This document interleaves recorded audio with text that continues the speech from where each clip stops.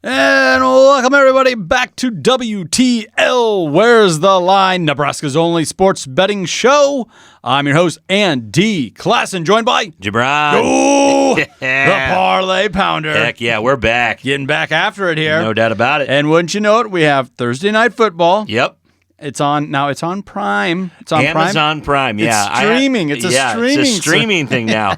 No, I have bowling league on Thursday nights, Andy, and you can't tell how many people were at that league. Oh my God. Wondering where the Chiefs were last week. Superb athletes. Exactly. Just up and down. Yeah. All we want to do is throw some balls and hit some pins and watch football. That's it. Yeah.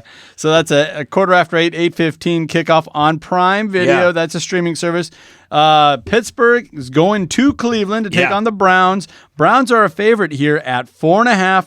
Over under kind of low, isn't it? 38.5. That is low, Andy, and I'll tell you why.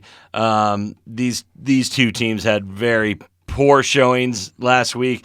The Steelers really had one of the most boring games of the weekend, losing 17-14 to the Patriots, which was kind of just a knockout, drag-out kind of a thing. Mm-hmm. On the other side, the Browns were coming off of just one of the incredible losses of all time, somehow giving up a 30-17 lead in the last 2 minutes of the game to the New York Jets, losing 31-30. It was absolutely nuts, Andy. It really was, and a lot of shade was thrown at the running back there, Nick Chubb there for running in the end zone, but you still got to think, like, how put points on the board. Yeah, how can scoring 7 extra points hurt you? I get it. They could have ran the clock out, timeouts and all that. For sure. But still, I feel like there's plenty of blame to go around in Cleveland. Oh, yeah. And they did just the most Browns thing ever. Yep. By blowing, a 14-point lead twice? Yeah. So, in the NFL. In the NFL.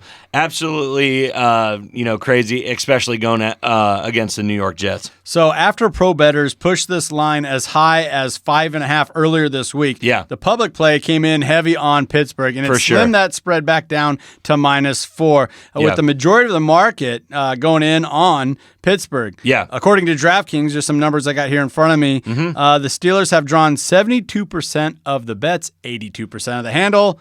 Yeah. And this total now is sitting at an all-time low of 38 in some books, 38.5 at the one I'm looking at. Yeah. And it started at 40.5. Yeah, so for sure. You can shop this around a little bit if you want to find an over-under with a kind of a big discrepancy there, 1.5. Yeah. Andy, this game, it's kind of a little weird. It's a divisional, rival game kind of thing. Yep. Like I said, both teams suffered terrible losses last week. However, the Browns did it in the worst way possible. The Steelers own this series. They always have. Yes. And they're the team, I believe, that can slug it out. I do not believe the Browns will cover this, so I'm taking the points with the Steelers plus 4.5. Really? And one of the reasons that I'm going to do this, Andy, is that this team is a running team. The Steelers team is a running team. Yeah. And Najee Harris has not been able to get going this year yet. And I really think that he's due for a huge game. And it looks like in history that he's had that against the Cleveland Browns. Everybody's had it against the Browns. Yeah, exactly. But this guy plays them twice a year, and it just seems like he just has a nick to him when he's going against the Browns. So I am taking the 4.5 points, and one of my best plays of the game for this, Andy, is jumping on that Najee Harris prop play at only 54.5 rushing yards. Well, he hasn't got that yet. He hasn't got that yet, but this is so low, they're going to drag out this entire game, and he's going to have probably close to 100 yards. This is a -110 bet, so I'm probably going to throw like 50 on it to win, 40 or something like that. So this is going to be just a good way to start your weekend. It's just an ugly game. It is an ugly game. You like it. But I like the Najee Harris prop bet, and I like the Pittsburgh Steelers at plus 4.5. Plus 4.5. See, and I kind of on the other side of that as far as you kind of your it's going to happen type of logic. I feel like things can't get any worse for Cleveland. Like they've already blown. They've made the ultimate blown. Now they're at home. They get Pittsburgh at home. I mean, if it wasn't Cleveland, they would probably be about a 5.5 to 6 point favorite. But it's Cleveland. Yeah. And they got to get over that. And they had a ginormous meltdown, and everybody just like, here we go again.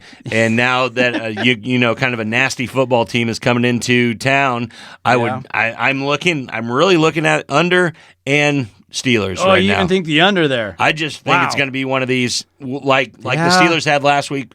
17-14 kind of thing, or 13-10 kind of thing, because I really don't think either team's going to move the ball. I think they're going to both be running back and forth at each other. Nick Chubb versus Najee Harris kind of game. Obviously, Trubisky isn't going to put it in the air that much. No. Neither is Brissett. So I really think it's going to be one of those real low-scoring games. I'm probably not going to throw the farm on that under because you never know in the NFL, but I'm really confident with the Pittsburgh Steelers play. I like the under there. I don't know what to make of that 4.5. And there's just been so much movement on since that line's opened up. So I might sidestep that, but I might sprinkle a little bit on that under. Should we move to some Friday? Oh, no. Thursday we got another night. Thursday college game here. Yeah. West Virginia heading on over, making the short trip to Virginia Tech. Yeah. They're the favorite, West Virginia at -1.5, over-under at 50.5. Yeah, it's pretty crazy.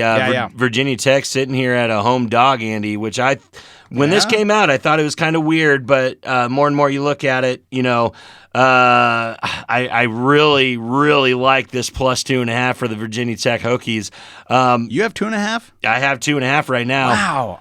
I'm looking at -1.5. Yeah, I got a full point here on you, Andy, on my book. But so West Virginia coming in to Virginia Tech at 1-2. Virginia Tech sitting at 2-1. I just really don't think Virginia Tech being the home dog in this matchup I think it might be a mistake that the bookies have made so far. If Grant Wells can protect the quarterback, and the Hokies should be able to do enough on offense to actually win this game. Okay. So I am looking at that money line more than anything else, Andy, sitting at a +110 for me right now.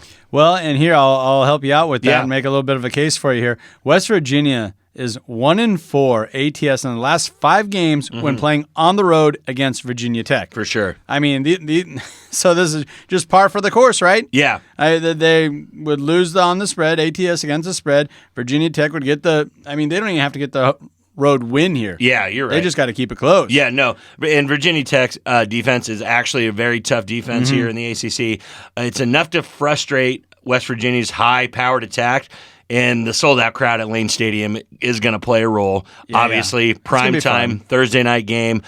Prediction of the score is probably sitting there at 27-24, Virginia Tech. Exactly, and that plays right into where I want to go with this. That over-under at 50.5 is what I'm looking at. Yes, sir. The total has gone over in 4 of West Virginia's last 5 games. That, too, I agree, would play into that sediment here where we're going to hammer the overs. Yep. And we're thinking the Hokies will cover. Is that a turkey? What is a Hokie? Yeah, I don't know. That's a Hokie name. It's a Hokie name. That's what that is. For Hokie place to play football. On the other end of it, though, the total has gone under in 4 of the last 5 games for Virginia Tech. You talking about that? The defense. That defense. But West Virginia, man, Big 12, they air it out. They've had for a long time. Yes, I like their coach. That's the style he likes to play. Yep. They always have athletes all over the place, quarterback, wide receiver, those hybrid running backs that have been through there. So I kind of like that over in that spot, too. All right. Yep. I like the over in the Hokies. All right. So now we're looking at Friday night. Yeah. Ahead of myself. Another Virginia school, the Cavaliers. The Cavs. Heading on over to Syracuse. We have an over-under of 53. Yep. And the Orangemen, right? Yes. -9. Yep. Syracuse is the favorites. That's a 6 o'clock kickoff on ESPN. Yes, it is. Crazy enough, Virginia actually leads the all-time series in this, 3-2, including a 44-38 victory, triple overtime in their last meeting, but all the way back in 2015 in Charlottesville. Yeah. Despite being 3-0, Andy, Syracuse is flying under the radar nationally. Yes, they've had a couple good wins early on here. Right. The Sharps hit the Orangemen hard as soon as these lines came out on Sunday. And I believe Syracuse is just the better team and should win handily. I really like this 9-point favoritism here. I would probably even push to 10 because I think this is going to be a multiple score kind of thing for the Orangemen. Well, once again, I'll bolster your point here. Virginia is 1-6 against the spread in their last 7 games. So you're dating back to last year a little bit here. Yeah. but that also includes the first 3 games For here. sure. And that's exactly what we're saying. They're going to lose by 9 or more than 9. Yeah. And that line is moving. I'm looking across the books here, and it looks like the consensus is going to get bumped up to 9.5 or 10 here shortly, because more books are at 9.5 now than 9. For sure. No, I like exactly what you're saying. And obviously the orange, the minus 375 or the minus 400 money line isn't a lot of value for anybody, but that gives them a 77% implied win probability to win this game. I really think they're going to win it handily, and I don't think it's going to be close. Yeah, and Syracuse is 5-0 ATS in the last 5 games played in September. Orangemen are hot. That's why that money got poured in on them. And they're undefeated. Yeah, you might want to side with the Sharps. I like on this one. I like it. All right, so we got to talk a little bit about one of our sponsors here, and that is Play Action Pools. We have a couple games going on with them, a couple contests. Yeah. We've got a lot of participation here, and that's just awesome. A lot of participants. Yep. Not only the college pick'em game, which is a lot of fun, but also the virtual book. Yeah, the NFL bankroll. You can make virtual bets with your 10,000 credits that we give you once you sign up. It's all, free, all that kind of stuff. It's all virtual, but it really makes you understand how to go to a book and place a bet, place a, smart bet, something that is not going to lose you a bunch of money. But we have some of these guys, Andy, coming out throwing punches, throwing their 10,000 credits on one bet. And we have 2 guys that have already hit that. Yeah, made $10,000, 10,000 share bets, and they hit.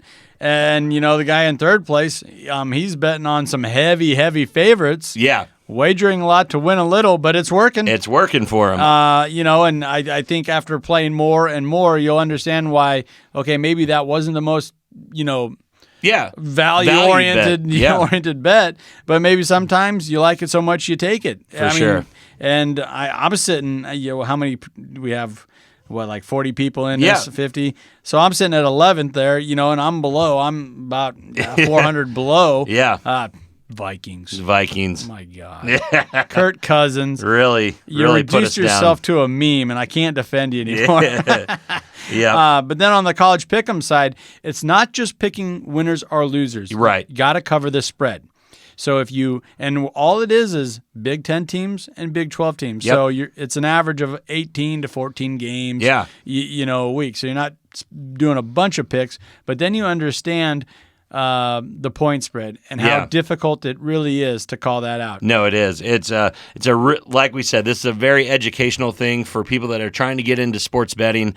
Seeing where that line is, Andy, picking which way that it is, and then seeing the result, how close those people in Vegas are really pinpoint on. Yeah. It's really hard to be on one or the other side of that. This is a very good way to get into betting. Yeah, and I think we saw it a couple times last week where the line was at 12 and a half, and the team won by 13. Exactly. They are right on it. Right on and that's why there's shows like this to try and help educate and get people on the right track. You got it. Also, if you want to make your own pool, your own contest, use promo code WTL and get 15% off. That's one of the cool things about Play Action Pools is once you kind of learn the way or you already have it figured out and you want to set up even like a pro soccer. Yeah. One of the anything overseas that you would leagues. like. Yep. Yep. And you can gear it however you like. Play Action Pools will host it, and then you can dictate to you and your buddies. I mean, we all have those guys, right? I would have bet this. I would have bet that. Okay. Let's get in on it. Yeah, I just set up a contest. Here you go. $10 buy-in or shares. Yep. Whatever you want to do. Whatever you want to do.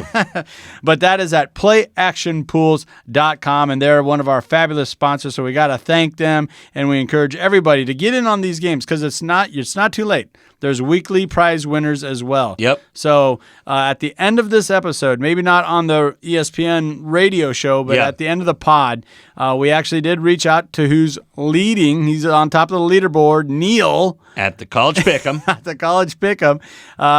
Just a fascinating interview. We went over the kind of the hows and the whys and the thought process that went into some of the his picks and bets. And, you can't throw a lot of shade at it because He's winning. He's winning. All right. He is in line for some Husker Wisconsin tickets, and he's pretty close to the Kansas City Chiefs tickets. He's sitting third in the bankroll as well, so he's doing well on both sides. Okay, so explain that real quick for folks that don't know. Yeah. So our two grand prizes for the college pick'em, we have tickets to the Nebraska versus Wisconsin game at the end of the year, Nebraska's last home game.